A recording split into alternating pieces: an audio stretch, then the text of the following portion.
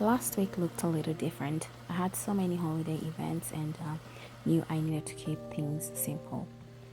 Simple flavors, high protein meals, and food that actually keeps me full without feeling heavy.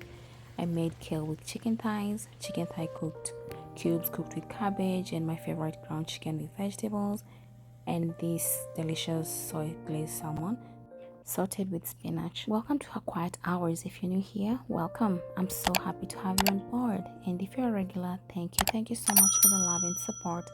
I truly appreciate you. I started my meal prep with the salmon because it's one of my favorites for meal prep. It's quick, flavorful, and really satisfying. In a bowl, I made the glaze. I added sweet chili sauce, soy sauce, lemon juice, minced garlic, freshly grated ginger, paprika, chili flakes for a little heat, and season everything with salt and black pepper. Once the glaze was mixed, I arranged the salmon pieces in a baking tray, one by one, with skin side up.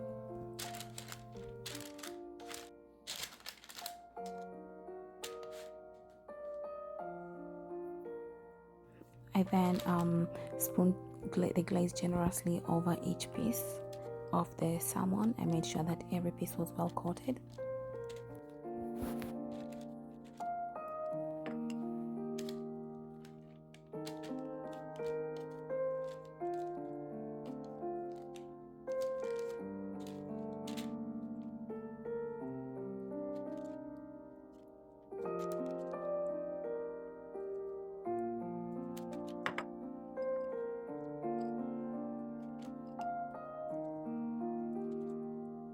I reserved about a quarter cup of the glaze to use it for later. Make sure you don't miss this part as it makes a big difference. The salmon went into the air fryer for about 15 minutes at 400 degrees. While the salmon was cooking, I moved on to the spinach and tomatoes. In a pan, I added butter and olive oil and let that melt together. I then added sliced onions and cooked them until they were soft and turned translucent.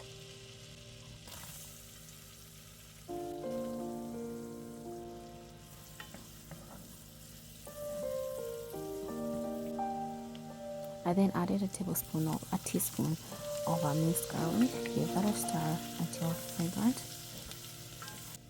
I then followed that with baby tomatoes, about 1 cup. You could also use regular red tomatoes chopped up, that works just as well. I then added a little water. I covered the pan and let everything cook down until the tomatoes softened.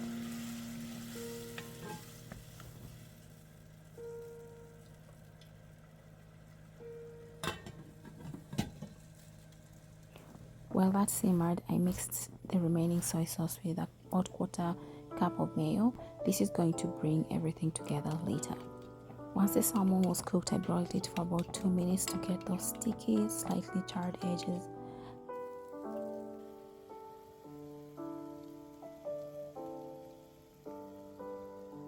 I then brushed the remaining glaze on top to give it that nice look, nice finish. At this point, you could also sprinkle some sesame seeds or green onions, but I didn't have any at hand. And there you go.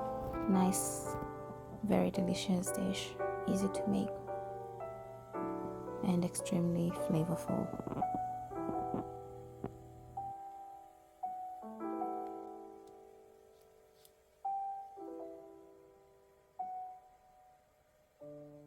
Back to the spinach. Once the tomatoes were soft, I added drained spinach. Normally I'd add cream here, but I skipped it this time to keep things lighter. I seasoned with salt and pepper, gave it a good stir, and let it cool slightly before portioning.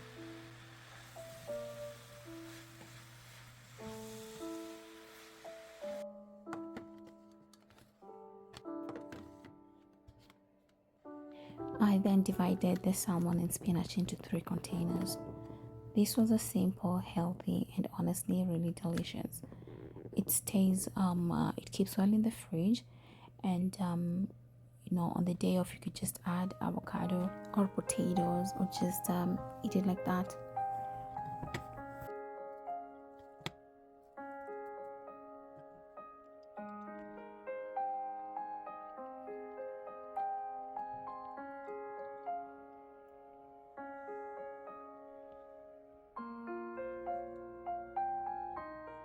Next, I moved to the chicken and cabbage dish.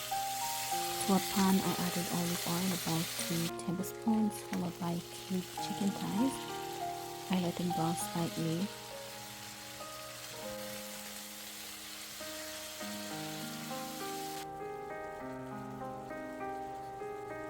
I then added minced garlic, minced ginger, and salt to taste. You hear that sizzling sound? Yeah, that's flavor building. I always let the chicken do its thing.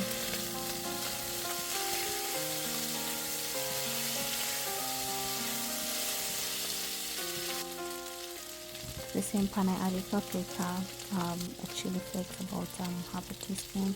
This is optional. If you don't like the heat, just but the paprika is enough. And then mix it up, and then remove the chicken from the heat and set it aside.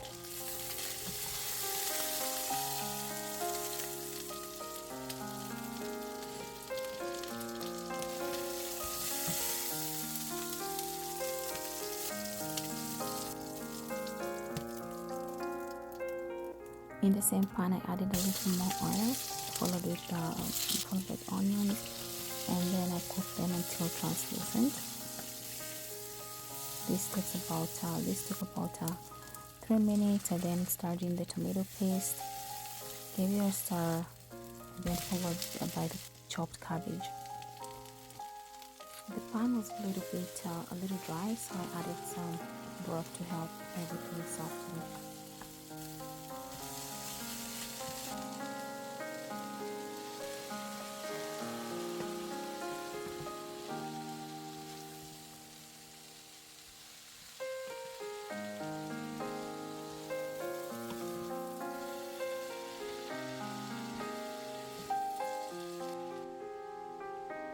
Then I added some curry powder, turmeric, gave that a good mix.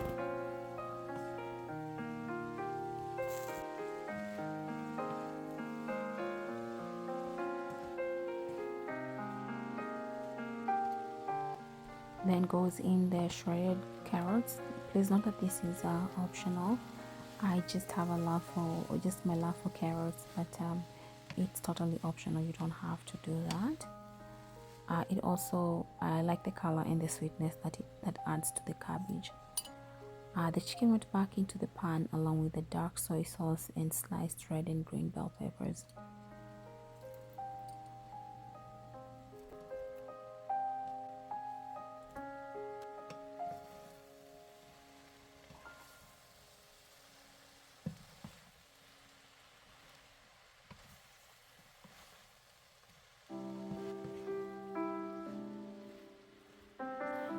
Once everything comes together, I adjusted it with salt and pepper flakes, and this is it.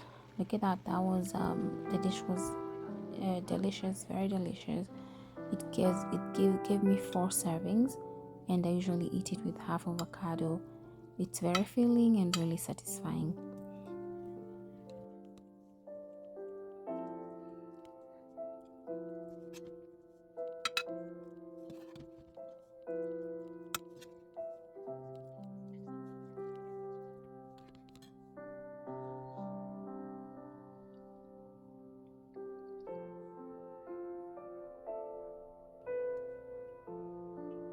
My next dish is one I make almost every week: ground chicken with vegetables. I added oil to a skillet, followed by the chicken, breaking it apart as it cooked.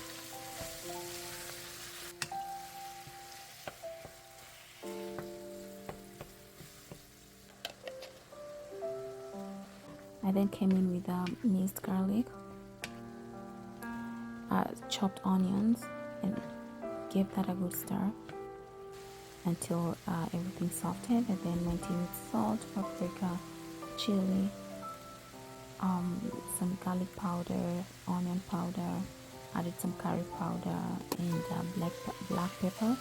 Give that a good mix and to ensure everything is well coated. Once everything was well mixed, I added chopped butternut squash. Give that good stir again, and then I added chicken broth. This is about a cup and 1.5 cup. Give that another good stir and covered it and let it cook for about 5 minutes.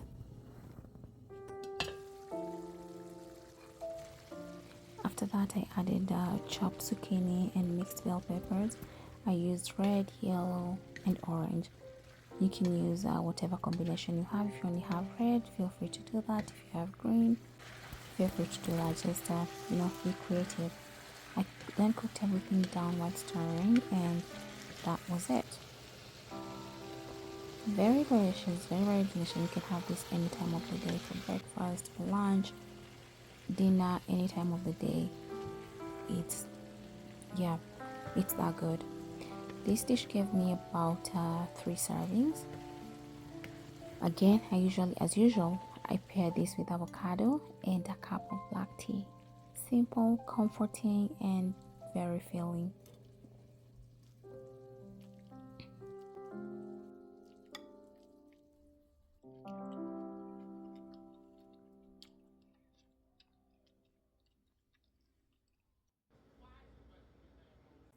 The last dish for this week was chicken thighs with kale. I started by sauteing onions in olive oil until golden and translucent.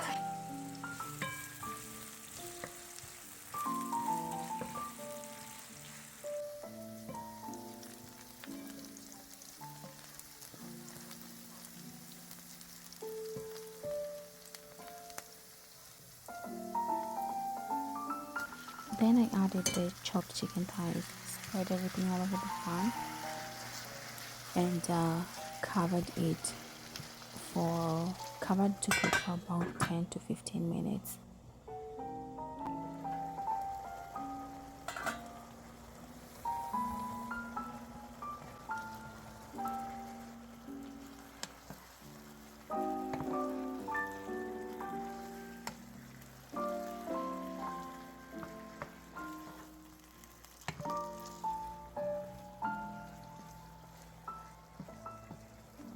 Once the chicken was almost cooked, I added minced garlic, some salt to taste.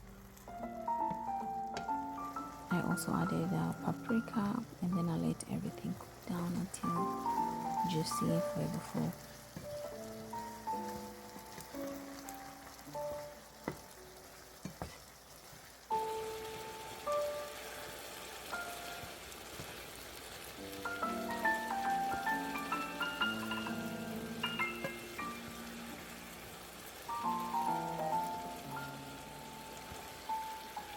While this cooked, to a blender I added about 3 ripe tomatoes with 1 red bell pepper, crushed it to a smooth consistency, and set it aside.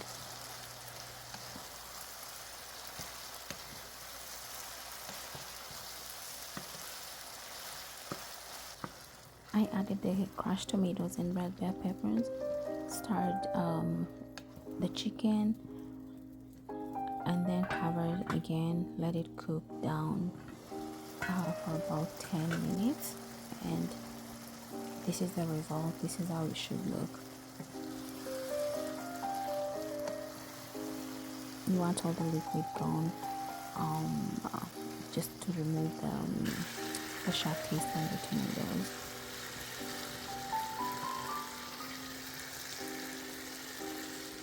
At this point, feel free to eat this as is.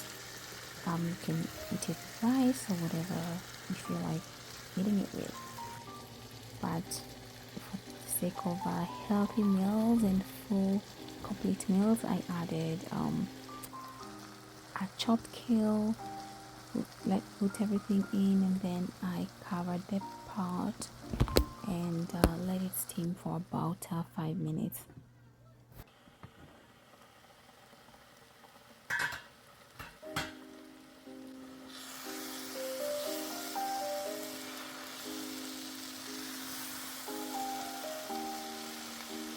The result is rich, hearty, delicious, and full of flavor. This dish can be served with literally anything. You can use naan, you have it with fries, you can have it with potatoes, rice, yeah. But I serve mine with avocado as well. Avocado, no, everything goes with anything.